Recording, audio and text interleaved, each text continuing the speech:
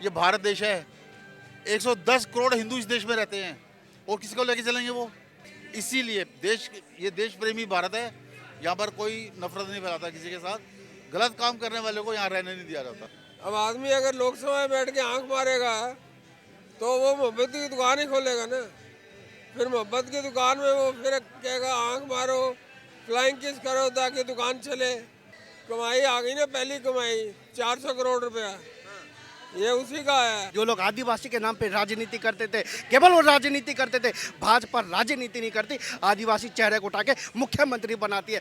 भाजपा जातिगत राजनीति नहीं करती, दलगत राजनीति नहीं करती। जातिगत राजनीति देखनी है तो कांग्रेस पार्टी में जाके देखिए, दलगत राजनीति देखनी है तो अखिलेश यादव, लालू यादव की पार्टी में जाके देख लीजिए, जो जाति के नाम पे लोगों को गुमराह करते। क्या हुआ केजरीवाल साहब, ऐसी कौन सी फैक्ट्री है, कहाँ पे उद्घाटन किया है आपने, कौन सा केमिकल डालते हो उसमें, जो इस सारे की सारी पार्टियां साफ हो जाती है और सब ईमानदार, केवल मोदी जी चोर, जिनके खिलाफ एक कोरा कागज नहीं। अब विधानसभा चुनाव के बाद में सभी की निगाहें लोकसभा पर टिकी हुई हैं।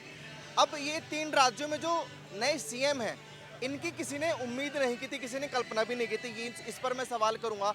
लोकसभा में लोग किसको चाहते हैं कि कौन प्रधानमंत्री बने, इस पर भी मैं सवाल करूंगा। अंकल जी क्या नाम है आपका? आप नाम? विनोद चड्डा नाम है मेरा। कहाँ से आए आप? मैं दिल्ली से ही हूँ, दिल्ली का बर्थ है मेरा। अच्छा, सबसे पहला सवाल तो मेरा ये है कि 24 में आप किसको प्रधानमंत्री चाहते हैं?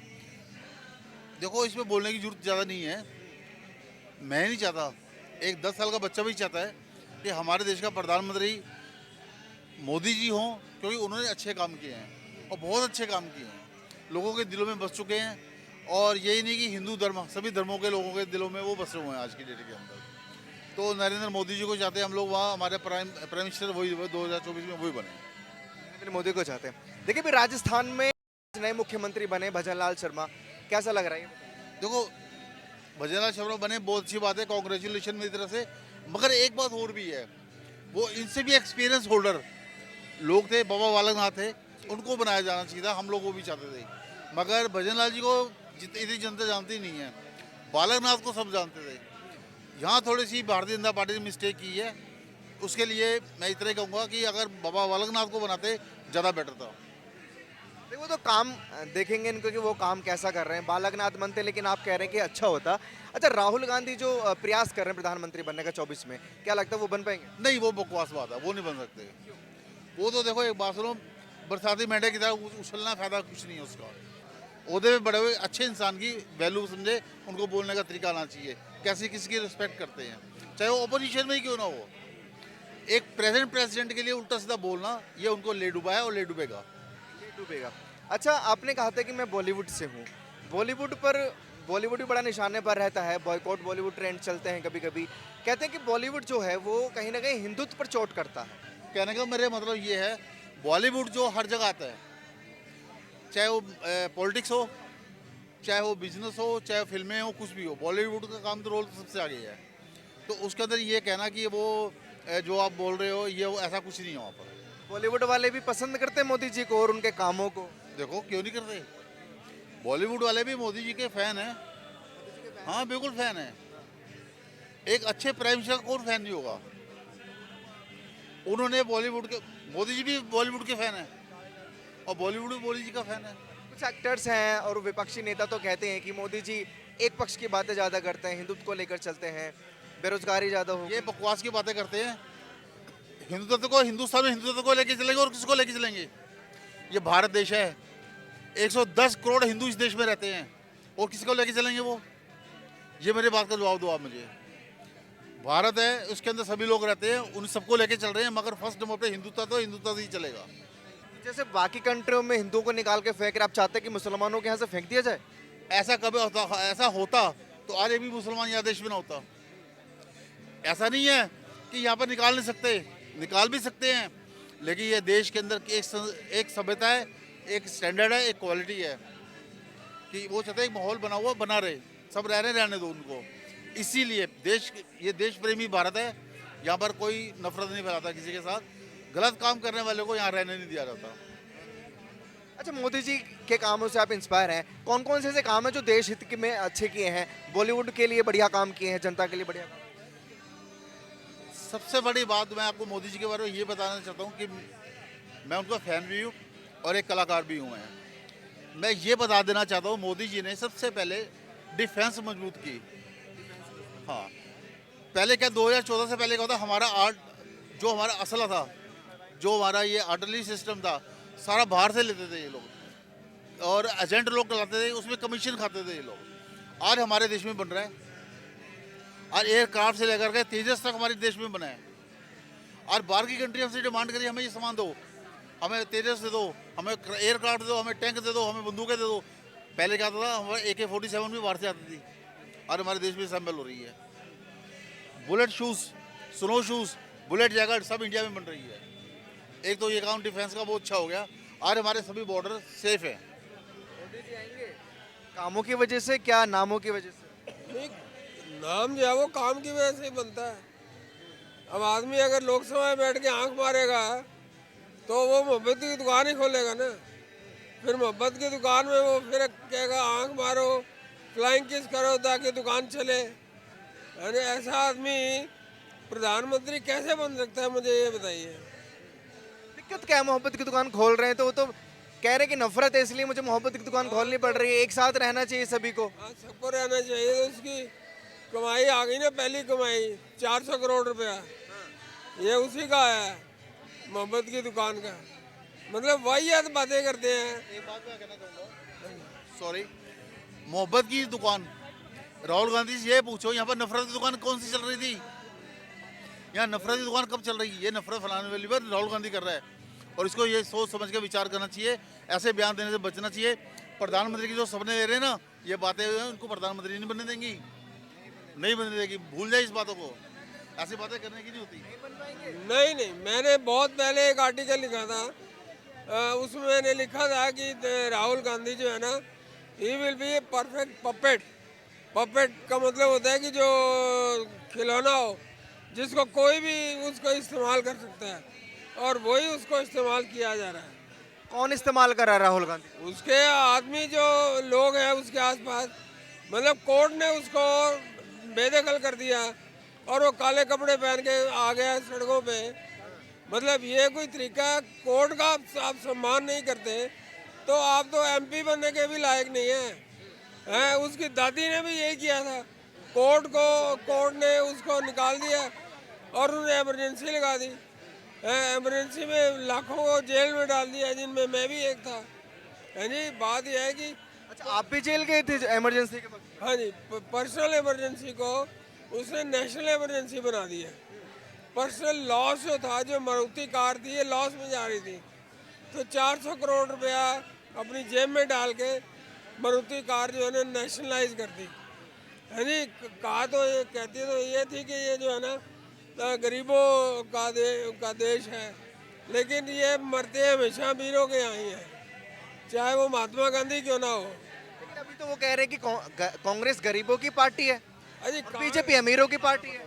तो बात यह 400 करोड़ रुपया कौन से गरीब के पास से निकला है, ये बताएं। नो अलमारी में पैसा निकल रहा है।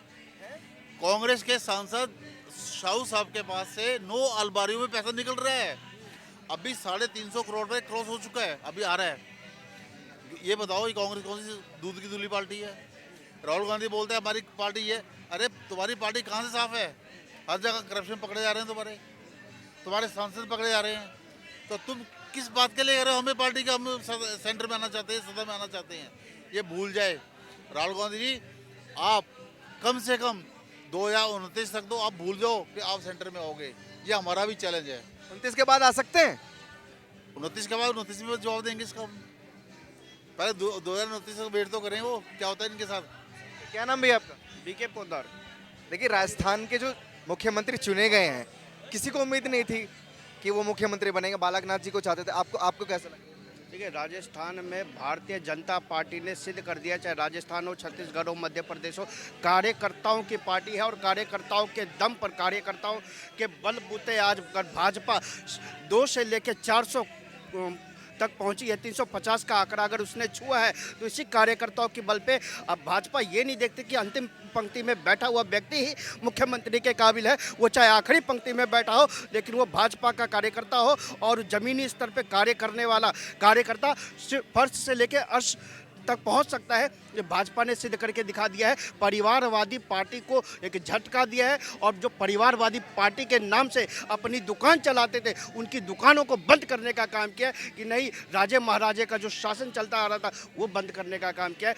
भाजपा मतलब विकास, और जो कार्यकर्ता राज्य की जनता का विकास कर सकता है या देश की जनता का विकास कर सकता है वो सत्ता पर आसीन हो सकता है, ये कह करके दिखा दिया भाजपा ने। ये नहीं कि अगर आप नामी ग्रामी हैं, आप किसी परिवार के पक्षधर हैं या आप किसी परिवार की एक संतान हैं तो आप उस शीर्ष नेतृत्व का हकदार रखते हैं, ऐसा कुछ नहीं है। आप कार्यकर्ता है और आपने राज्य के हिसाब से और आपने उस जनता के लिए, प्रदेश की जनता के लिए आपने काम किया है तो आप उस स्तर के हकदार रखते हैं। और ये चाहे मध्य प्रदेश देख लीजिए, चाहे छत्तीसगढ़ देख लीजिए, चाहे राजस्थान को देख लीजिए, जो लोग आदिवासी के नाम पे राजनीति करते थे, केवल वो राजनीति करते थे। भाजपा राजनीति नहीं करती, आदिवासी चेहरे को उठा के मुख्यमंत्री बनाती है। भाजपा दलितों का वो नहीं करती, केवल उसके नाम पे रोटियां नहीं सेकती। जिस तरह से कांग्रेस ने 70 साल तक रोटियां सेकने का काम किया, भाजपा ने दलित चेहरा बनाया केवल विकास के नाम पे और विकास करके दिखाए। भाई साहब, ये बड़ा बदलाव है। भाजपा जातिगत राजनीति नहीं करती, दलगत राजनीति नहीं करती। जातिगत राजनीति देखनी है तो कांग्रेस पार्टी में जाके देखिए, दलगत राजनीति देखनी है तो अखिलेश यादव, लालू यादव की पार्टी में जाके देख लीजिए, जो जाति के नाम पे लोगों को गुमराह करते हैं। कांग्रेस पार्टी जो मुद्दा उठाती थी कि ये भाजपा जो सरकार है आदिवासियों की बात नहीं करती है, गरीबों की बात नहीं करती है, अति पिछड़ों की बात नहीं करती है, जातिगत जनगणना वो करवाएंगे, लेकिन छत्तीसगढ़ में आदिवासी को मुख्यमंत्री बना दिया भाजपा। वही आप उनसे सवाल कीजिए ना, ये माइक उठा के उनसे पूछे कि जातिगत जनगणना की आप बात करते हो, कितनी जाति का भला करने का काम किया बिहार में। लालू यादव कहता हम जातिगत जनगणना करवाए हैं और कितनी जातियों का भला किया है। सारी जातियां छोड़ दो, कितने यादवों का भला किया है। आज जाके देखिए उसकी जाति का, उसके परिवार की जाति का क्या हाल है। केवल जाति का नहीं, उन्होंने अपने परिवार का भला किया है और वो सत्ता के सिंहासन पे आज अगर उसकी परिवार का कोई भी आदमी है, कोई ना किसी राजनीतिक पद पे बैठा है और जो आने वाली पीढ़ी है उसके लिए भी सीटें रिजर्व रखी है। भाजपा में ऐसा नहीं होता। भाजपा में आप काम करेंगे तो वो आप जाके अरसे फर्श पर बैठ सकते हैं। चाहे देख लीजिए राष्ट्रपति को, हमारी मुर्मू, हमारी माननीय जो राष्ट्रपति महिला है, एक आदिवासी महिला को भारतीय जनता पार्टी ने राष्ट्रपति बनाया। आदिवासी, एक हमारे मुसलमान को, जो हमारे भूतपूर्व जो डॉक्टर एपीजे अब्दुल कलाम साहब थे, उनको राष्ट्रपति बनाने का काम भारतीय जनता पार्टी ने किया है। जो लोग कहते हैं कि भाजपा हिंदू मुस्लिम करती है, ये उनके चेहरे के ऊपर लाता है। जो कहते हैं दलितों के खिलाफ, आदिवासियों के खिलाफ, जितने भी माइनॉरिटी कास्ट हैं उनके खिलाफ भाजपा रंग विरोधी चेहरा करती है, ये उनके खिलाफ ये है नीति। और आज भाजपा ने दिखा दिया है, हम दलितों के ऊपर कोई राजनीति करते, आदिवासियों के ऊपर कोई राजनीति करते। समाज में, प्रदेश में जो प्रदेश को ऊंचाई पे ले जा सके, जो कार्यकर्ता जमीन स्तर पे कार्य करे, उसको अरसे लेके फर्श पे बिठाना जानती है भाजपा। अच्छा, जिस तरीके की हार हुई है विधानसभा में कांग्रेस पार्टी की, गठबंधन कितना मजबूत लग रहा है? देखिए, गठबंधन की आप बात मत कीजिए, मैंने पहले भी कही थी कि अभी तो लट सीट शेयरिंग पर बात हुई नहीं, लेकिन लट शेयरिंग पे जरूर बात होगी और लट शेयरिंग का फॉर्मूला तय हो रहा है। अब देखिए 6 तारीख को, पिछले 6 तारीख को खड़गे साहब ने बैठक बुलाई थी। क्या नतीजा रहा वो आप सब ने टीवी के ऊपर देखा। गिने चुने 5-6 पार्टी के नेता ही आए हुए थे और वो भी ऐसी पार्टी के नेता आए हुए थे जो भ्रष्टाचार में बुरी तरीके से लिप्त है। दिल्ली वाले मालिक, शराब पैसा पकड़ा जा रहा है शराब कांड में आपके झारखंड में, और हमारे परेशान है दिल्ली वाले मालिक। पता नहीं ये किनको किस तरह की टेंशन आ गई है। मोदी जी की गारंटी सही साबित हुई, किसी एक भी भ्रष्टाचारी को छोड़ेंगे नहीं, कस के तोड़ेंगे। और जब पैसा पकड़ा जा रहा है, जब ये पैसा पकड़ा जा रहा है 300 करोड़ 400 करोड़, तो इन लोगों की, विपक्षियों की नींद उड़ी हुई है। गरीबों के पैसे को इस तरह से अलमारियों में सैद के रखने का। भाई साहब, 70 साल पहले अगर इन लोगों ने मोदी जी जितना काम कर दिया होता तो शायद आज जापान से भी हम आगे होते, हमारी नंबर 1 की इकोनॉमी होती, आज हम विकासशील देश नहीं होते, आज हम विकसित भारत होते। इन लोगों ने भारत को गरीब रखा और अपनी झोली भरते रहे, अपनी अलमारियों को सजाते रहे नोटों से और स्विस बैंक में खाते खुलवाते रहे। ये सब बंद हो गया। स्विस बैंक का कोई नाम नहीं लेता, अलमारी खुलती है, पकड़ी जाती है। नए नवेली पार्टी वाले आए थे, अन्ना करते करते, गांधी करते करते सबसे भ्रष्ट पार्टी निकली और आज आधे से ज़्यादा कैबिनेट उसकी जेल में है। खुद साहेब जाने वाले हैं जेल में और वहीं से वो सरकार चलाने की बात करते हैं। तो साहब, भ्रष्टाचार के ऊपर प्रहार होगा और 2024 में विकसित भारत बनाने के लिए फिर से मतदान होगा। अच्छा, आप कह रहे हैं कि केजरीवाल बड़े परेशान है जो भ्रष्टाचार पर प्रहार हो रहा है। कांग्रेस पार्टी से वो कह रहे हैं कि सबसे मजबूत पार्टी है उत्तर भारत में आम आदमी पार्टी। आम आदमी पार्टी की आप बात कर रहे हैं, उनसे जाके पूछे, बड़ी ईमानदारी की बातें करते थे भाई साहब। चुभती है ये बातें जब वो ईमानदारी की बात करते हैं। उसके आधे से ज़्यादा नेता उसकी पार्टी के या तो पार्टी छोड़ के भाग गए या तो घर में शांत होकर बैठ गए, उसकी कुकर्मियों की वजह से, उसकी नीतियों की वजह से। रामलीला मैदान में हमारे जैसे युवा ने तिरंगा ढोने का काम किया था, तिरंगा हाथ में उठाने का काम किया था। अन्ना नहीं है, आंधी है, देश का दूसरा गांधी है का नारा लगाए थे। हमने तो गांधी जी को देखा नहीं था, अन्ना जी को देखा था। अरे तुमने गांधी को छोड़ो, उस गांधी को ऐसी लात मारी, कोई पूछने वाला नहीं उस गांधी को, जिसको तुम अन्ना नहीं है, आंधी है, देश का दूसरा गांधी है, और तुम गांधी जी के समाधि पे जाके नौटंकी करते हो। नौटंकी बात, इनके जैसा भ्रष्ट। देखिए आप जो कह रहे हैं पंजाब की स्थिति को जाके देखिए, दिल्ली को देख लीजिए। आने वाला समय 2024 ये आपको बता देगा कि इनकी राजनीति और इनकी क्या हालत होने वाली है। जिस तरीके से केसीआर को भगाया, एक भ्रष्टाचारी सरकार को तेलंगाना की जनता ने लात मार के भगाया, अब दिल्ली का नंबर है। कहीं भी कोई भी हो, भ्रष्टाचारी सरकार अब टिकने वाली नहीं है साहब। भ्रष्टाचारी के ऊपर प्रहार होगा। 25 में दिल्ली से आम आदमी पार्टी साफ है। साफ नहीं, 25-24 में पूरा भारत भगवामय होगा, और 25 में बिहार और दिल्ली में कमल पूर्ण रूप से, पूर्ण बहुमत से खिलेगा। 25 में भगाएंगे पहले पलटू चाचा को, उसके बाद हमारे ये भी पलटू ही चाचा है जो अपने बच्चों की कसम खा के जिसको भ्रष्टाचारी बोला उसकी गोद में जाके गलबैयाँ करता है, उसके चरण पादुका पकड़ता है। ये ऐसे लोग ये कहते हैं भाजपा के पास वॉशिंग मशीन है। आप लोग उनसे ये नहीं पूछते कि साहब भाजपा के पास तो वॉशिंग मशीन है, आपके पास कौन सी फैक्ट्री है जो पूरी की पूरी पार्टी साफ हो जाती है। आपने कांग्रेस को गलत कहा, कांग्रेस के किसी एक व्यक्ति को नहीं कहा, आपने कांग्रेस को गलत कहा। आज पूरी कांग्रेस को आपने किस फैक्ट्री में नहलवा दिया? पूरी कांग्रेस साफ। आपने आरजेडी को किस फैक्ट्री में नहलवा दिया? पूरी आरजेडी साफ। आपने जेडीयू को किस फैक्ट्री में नहला दिया? पूरी जेडीयू साफ। आज आपने शिवसेना उद्धव गुट के गैंग को किस फैक्ट्री में नहलाने का काम किया? पूरी उद्धव गुट साफ। अरे भाई साहब, केसीआर जिसको गाली देते थे, ममता बनर्जी को जो आप गाली देते थे, ये लालू यादव का नाम आप लेते थे, शरद पवार, क्या हुआ केजरीवाल साहब? ऐसी कौन सी फैक्ट्री है, कहाँ पे उद्घाटन किया है आपने, कौन सा केमिकल डालते हो उसमें जो इस सारे की सारी पार्टियां साफ हो जाती है और सब ईमानदार? केवल मोदी जी चोर, जिनके खिलाफ एक कोरा कागज नहीं, जिनके खिलाफ एक सबूत नहीं, वो आपके पैसों को पकड़ते हैं, वो आपके भ्रष्टाचारियों को पकड़ते हैं, तो आपको दर्द होता है, आपको बिचलाहट। आपने कहा कि इनके खिलाफ कोई कार्रवाई नहीं होती है। ये आरोप केजरीवाल जी भी लगाते हैं कि भाजपा के किसी भी नेता पर, विधायक पर क्यों रेड नहीं पड़ती है। देखिए, भाजपा के नेता पर, विधायकों पर रेड नहीं पड़ती। आप एक सबूत ला के दिखा दीजिए, मीडिया में दिखा दीजिए, भैया ये रहा कागज, ये रहा भाजपा के नेता। सुप्रीम कोर्ट खुला हुआ है, लोअर कोर्ट है, हाई कोर्ट है, आप जाके हलफनामा दीजिए, आप PIL करवा दीजिए। आपने मोदी को कहा चौकीदार चोर है, एक कागज आपने नहीं दिया। सुप्रीम कोर्ट गए, सुप्रीम कोर्ट ने लताड़ मार दी और चौकीदार सिद्ध होकर साबुत हो गया। 2019 में 2014 से अच्छी बहुमत मोदी सरकार को देने का काम देश की जनता ने किया। झूठे बातें मत कीजिए। ये जो मुफ्त की रेवड़ियाँ बांटने वाले एक सरकार के खिलाफ इतनी घृणित भावना रखते हैं, तो वो नहीं चलेगा। देश की जनता जानती है पैसे किसके यहाँ से मिल रहे हैं, कौन देश का पैसा बचा रहा है, GST कलेक्शन कितना होता है, आप जाके देखिए, आप डाटा देखिए। आज हमारी अर्थव्यवस्था कितनी है, आज उस चीज़ को देखिए। आज हमारे युवा किस स्थिति में है और पहले किस स्थिति में थे। आज हमारी मातृशक्ति, जिनके राजस्थान में कुछ दिन पहले आपने देखा होगा कांग्रेस की सरकार में क्या स्थिति हुआ करती थी, आप जाके देखिए। उनको 33% आरक्षण अगर देने की हिम्मत किसी ने की तो मोदी जी ने की। 70 साल से रोटियां सेक रहे थे तवे पे, कुछ हुआ नहीं इनसे। चाहे महिलाओं की बात कीजिए, चाहे युवाओं की बात कीजिए, चाहे बुजुर्गों की बात कीजिए, चाहे सेना की बात कीजिए, चाहे बच्चों की बात कीजिए, हर एक क्षेत्र में, चाहे किसानों की भी बात कीजिए। भाई साहब, 2014 से पहले न जाने कितने किसान आप लोग चलाते थे। आज राजस्थान में 10 किसानों ने फांसी लगा ली, आज हरियाणा में 15 किसानों ने फांसी लगा ली, आज वहाँ के किसानों ने फांसी लगा ली। सुनाई देता है क्या? सुनाई देता है क्या?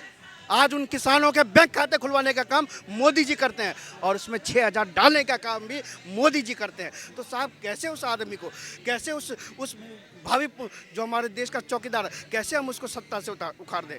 जिसने गरीबों को सींचने का काम किया है, जिसने माँ बहनों के आंखों से आंसू पोंछने का काम किया है, शौचालय देके उनको एक इज्जत घर देने का काम किया, जिसने देश के मान सम्मान को बढ़ाने का काम किया, जिसने भारत के झंडे को कश्मीर से लेके चांद तक झंडा फहराने का काम किया, उस व्यक्ति को कोई उखाड़ नहीं सकता। चाहे तुम ये ओबामा को क्यों ना बुला लो जिसको बुलाना है। 2024 में तय है। कुछ भी साम दाम दंड भेद अपना ले नहीं हटा पाएंगे। नहीं, चाहे ओबामा आ जाए, कोई भी बामा आ जाए, या पाकिस्तानियों को बुला, किसी को भी बुला लो, 2024 में स्पष्ट बहुमत, पूर्ण रूप से मोदी जी।